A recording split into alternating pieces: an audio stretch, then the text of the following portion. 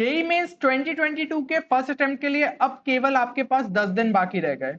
हो सकता है आप में से कुछ ऐसे एस्पिरेंट्स हो जिन्होंने अपनी प्रिपरेशन को लेट स्टार्ट किया हो, तो वो अभी तक जो है अपने ज्यादा से ज्यादा सिलेबस को कंप्लीट ही नहीं कर पाए हो। तो ये 10 दिन आपके लिए काफी ज्यादा इंपॉर्टेंट हो जाते हैं, क्योंकि अगर आपने इन 10 दिनों में इजी स्कोरिंग टॉपिक्स पे थोड़ा ज्यादा फोकस कर लिया तो आपके स्कोर को एक अच्छा खासा बूस्ट मिल सकता है। आप अपने करंट पोजीशन से जो है एक अच्छी पोजीशन पे पहुंच जाएंगे और फर्स्ट अटेम्प्ट के अंदर एक अच्छा स्कोर ला सकते हैं। तो ये वीडियो में हम उन्हीं सारे इजी स्कोरिंग टॉपिक्स के बारे में डिस्कस करने वाले हैं। एक चीज ये हो जाती है कि अगर हम देखें कि जो एस्पिरेंट ऑलरेडी एक अच्छी प्रिपरेशन लेवल पे हो, तो उसके लिए यहाँ पे चार चीजें बहुत ज्यादा जरूरी हो जाती है ताकि वो एक बहुत बढ़िया स्कोर ला पाए जेई मेंस के अंदर।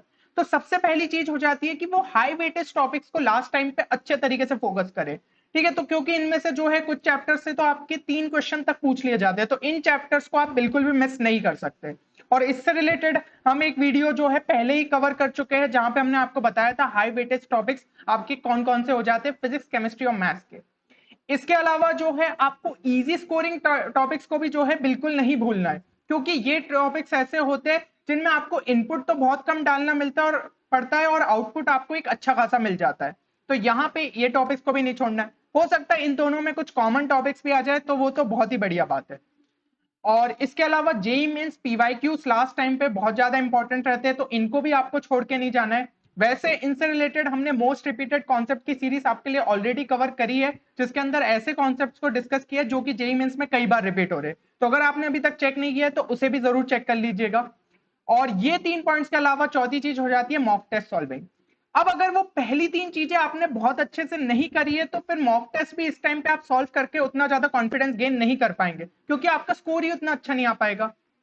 तो यहाँ पे मॉक टेस्ट आप साथ साथ सॉल्व करते रहिए, पर जो आपके हाई वेटेज टॉपिक्स है, इजी स्कोरिंग टॉपिक्स है, जेई मेंस के पीवाईक्यू से, इन सबको भी साथ साथ जो है कंप्लीट होते रहना चाहिए। अब यहाँ पे जैसा कि हम बोल रहे थे कि ये वीडियो जिस बारे में है वो है आपका इजी स्कोरिंग टॉपिक।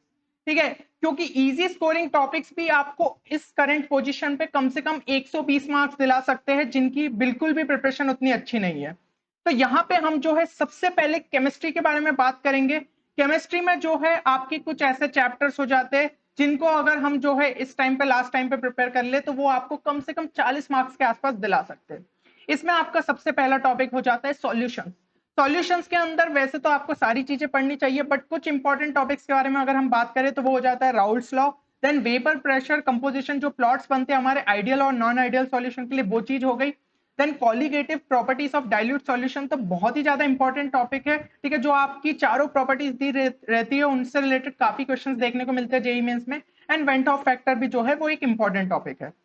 फिर अगले चैप्टर की अगर हम बात करें तो that is chemical kinetics. Chemical kinetics के अंदर आपका रेट ऑफ केमिकल रिएक्शन और उसको जितने फैक्टर्स अफेक्ट करते हैं वो चीज आपको पता होनी चाहिए।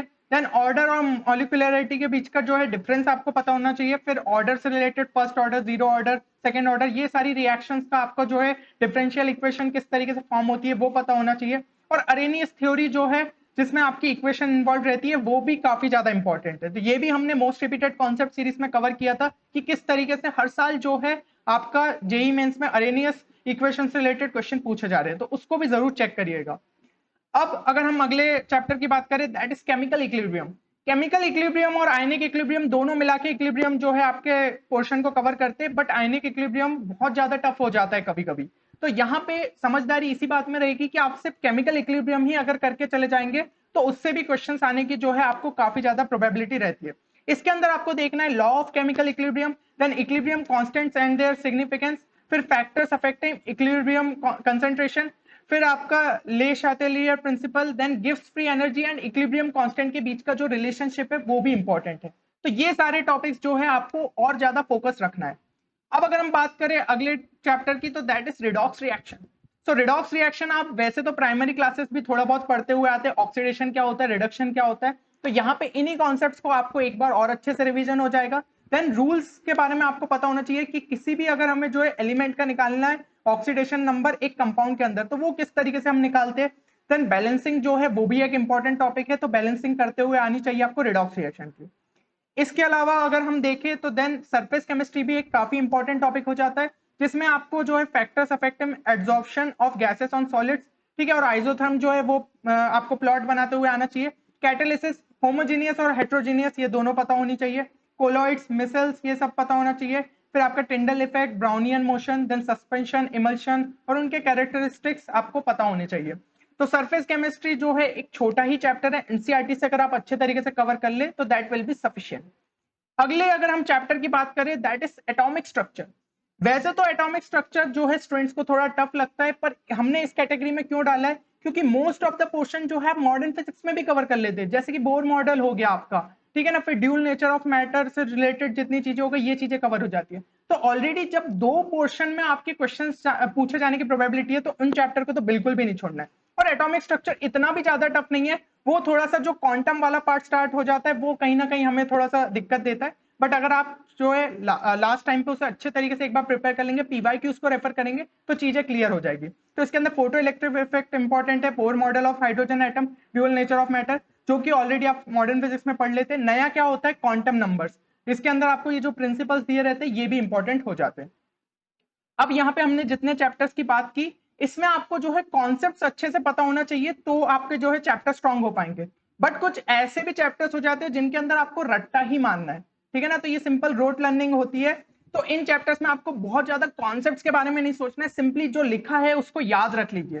तो ये चैप्टर्स भी आपकी इजी कैटेगरी में ही डाले जाएंगे, क्योंकि ये आपका सिंपल टेस्ट करेंगे मेमोरी रिटेंशन, ये टेस्ट नहीं करेंगे कि भाई आपके कॉन्सेप्ट्स कितने ज्यादा क्लियर है। तो उसमें आपके टॉपिक्स हो जाते हैं पॉलीमर्स, पॉलीमर से रिलेटेड जितनी चीजें एनसीईआरटी में दी है उनको अच्छे से आपको याद रहनी चाहिए, आप लिख लिख के भलाई उन्हें याद रखिए, स्ट्रक्चर्स को अच्छे से याद रखिए, ठीक है ना, तो ये चीज जो है आपकी यहाँ पे क्लियर हो जाएगी। देन यहाँ पे जो है आपका केमिस्ट्री इन एवरीडे लाइफ हो जाता है, जो कि आपको एनसीईआरटी से अच्छे तरीके से प्रिपेयर करना है और इसमें ज्यादातर चीजें आपको याद ही रखना है। फिर आपका D and F block element हो गया, तो ये भी आपका इनऑर्गेनिक का पार्ट हो जाता है। तो यहाँ पे हमने पी ब्लॉक को नहीं डाला है क्योंकि पी ब्लॉक बहुत बड़ा जो है आपका पोर्शन है, तो उससे ज्यादा जो है अगर आप जितना टाइम यहाँ पे इन्वेस्ट करेंगे उससे अच्छा इन छोटे छोटे चैप्टर्स को कर लीजिए। तो डी एंड एफ ब्लॉक जो है आप एनसीईआरटी से अच्छे तरीके से कंप्लीट कर सकते हैं। मेटलर्जी भी एक ऐसा जो है टॉपिक हो जाता है जहां पे आपको एक आध क्वेश्चन जो है दिख ही जाता है शिफ्ट में, तो इसके भी बारे में जो है एक्सट्रैक्शन ऑफ मेटल्स, उनकी प्रोसेसेस, ये सब चीजों को अच्छे से कर लीजिएगा। फिर एनवायरमेंटल केमिस्ट्री, तो ये तो आपका एक तो ईवीएस से रिलेटेड ही टॉपिक है, बहुत सारी चीजें आपको जो है कॉमन सी दिखेगी, तो एक बार जो है आपको एनसीईआरटी के थ्रू जाना है इसमें अच्छे से, और यहाँ पे जो है आपको क्वेश्चंस उसी के अंदर से जो है पूछे जाते हैं।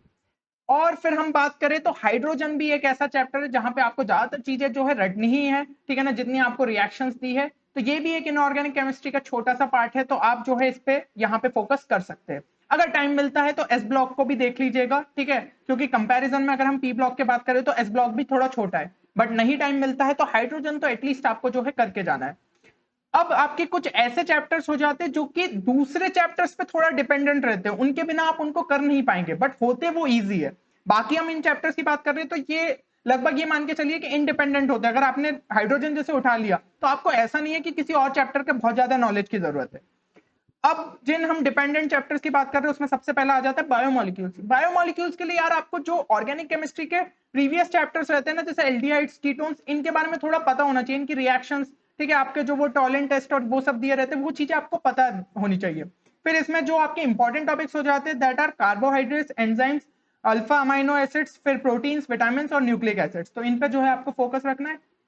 फिर अगर हम बात करें हाइड्रोकार्बन्स की, हाइड्रोकार्बन्स के लिए आपको बेसिक आइडिया चाहिए जीओसी का, क्योंकि जो आपकी रिएक्शन मैकेनिज्म दी रहती है उसके अंदर कहीं ना कहीं आपकी जो रिएक्शंस जीओसी के टाइम पे डिस्कस होती है वो इंपॉर्टेंट रहती है। देन इसमें जो है आपके 3 कैटेगरी में चैप्टर रहता है, उसमें आप ज्यादा फोकस जो है एल्केन्स पे रखिए, फिर एल्कीन्स पे, फिर एल्काइंस पे, और इसी हिसाब से उनका वेटेज भी जो है आपको देखने को मिल जाता है एग्जाम में।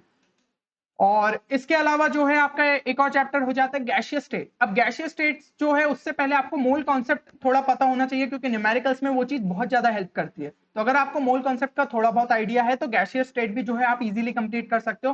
प्लस इसके अंदर जो केटीजी वाला पार्ट स्टार्ट होता है वो आप ऑलरेडी फिजिक्स में कवर कर लेते हो, ठीक है ना, तो ऐसा आपको क्या है कि एक पोर्शन को एक बार भी अच्छे से पढ़ लो ना तो वो आपको फिजिक्स में भी मदद करेगा और केमिस्ट्री में मदद करेगा। तो ऐसे काफी सारे चैप्टर्स देखने को मिलते हैं और ये आपके लिए जो है डबल बेनिफिट हो जाते हैं। अब यहाँ पे जो है हमने केमिस्ट्री के बारे में डिस्कस कर लिया कि कौन कौन से आपके इजी स्कोरिंग चैप्टर्स है, और फिजिक्स और मैथ्स के लिए हम ऑलरेडी जो है वीडियोस को पब्लिश कर चुके हैं, तो जिन स्टूडेंट्स ने भी देख लिया है उन्होंने तो ऑलरेडी उन चैप्टर्स को निपटाना भी स्टार्ट कर दिया होगा। बाकी अगर आपने नहीं देखा है तो तुरंत ही जाके देखिए, लिंक जो है वो आपको डिस्क्रिप्शन में मिल जाएगी। तो ओवरऑल जो है इन सारे चैप्टर्स की मदद से आप जो है कम से कम एक डिसेंट स्कोर ला पाएंगे जेईई मेंस के फर्स्ट अटेम्प्ट में, और फिर सेकंड अटेम्प्ट तक डेफिनेटली उसको एक अच्छा खासा इंप्रूवमेंट दे सकते हैं। अब एक बार कमेंट सेक्शन में ये चीज जरूर मेंशन करिएगा कि फर्स्ट अटेम्प्ट में आप कितना ज्यादा जो है मार्क्स का एम रख रहे हैं। डेफिनेटली एम जो है आपको अपना हाई रखना है और उस हिसाब से जो है आपको मेहनत भी करनी है इन लास्ट के जो दिन बचे हैं आपके। बट ऐसा भी नहीं है कि एकदम अनरियलिस्टिक गोल मान लिया, क्योंकि उसके बाद यार फिर आपको जो है खुद से उम्मीदें बढ़ जाती है। तो आपको अपना बेस्ट देना है जो है फर्स्ट अटेम्प्ट में। अगर आप एक बहुत बढ़िया स्कोर ले आते हैं तो बहुत बढ़िया, और अगर थोड़ा बहुत आपकी उम्मीदों से स्कोर कम भी रह जाता है तो सेकंड अटेम्प्ट तक आप डेफिनेटली इंप्रूव कर लेंगे। चलिए मिलते हैं अगले वीडियो में, तब तक के लिए take care and good bye.